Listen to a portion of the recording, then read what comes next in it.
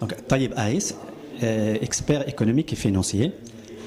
Donc le séminaire d'aujourd'hui organisé par l'IRS est très très important dans la mesure où il parle des perspectives entre le Maroc et l'Indonésie.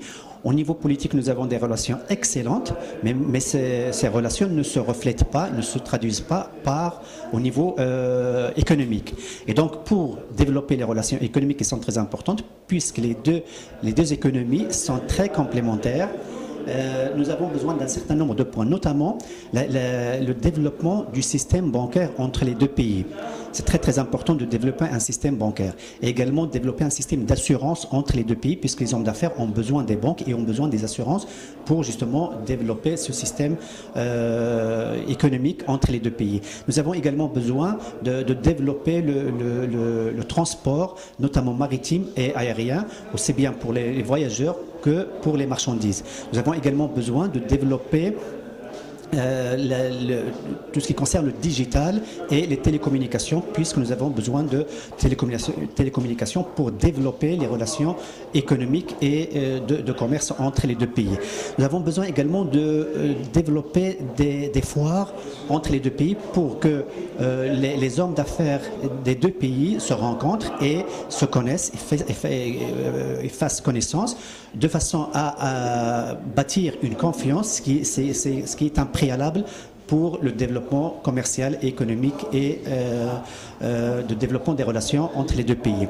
Nous avons également besoin de développer des zones industrielles entre les deux pays, notamment au Maroc. Nous pouvons développer une zone industrielle mixte maroco-indonésienne ici au Maroc, où les entreprises indonésiennes pourraient s'installer avec leur homologue marocaine et produire au Maroc et exporter vers l'Europe, puisque le Maroc a un statut avancé avec l'Union européenne, exporter également vers les États-Unis, qui est le premier marché mondial, puisque nous avons des libre-échanges avec l'Union européenne, avec les États-Unis, mais aussi avec la Turquie, avec un certain nombre de pays arabes et africains.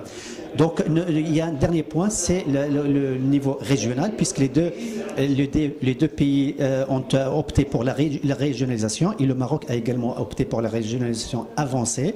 Et donc le développement des relations entre des régions marocaines et indonésiennes est très très important. Et d'ailleurs, dernièrement, la semaine dernière, une délégation de la région de Java a visité la région de Souss Massa au sud du Maroc, justement où un partenariat a été conclu entre les deux régions, ce qui a permis aux hommes d'affaires des deux régions de se rencontrer et de travailler justement pour le développement des relations économiques entre les deux régions. Donc, nous pouvons travailler au niveau régional, au niveau central, mais également développer un certain nombre d'infrastructures économiques qui permettront de développer les relations économiques entre les deux pays.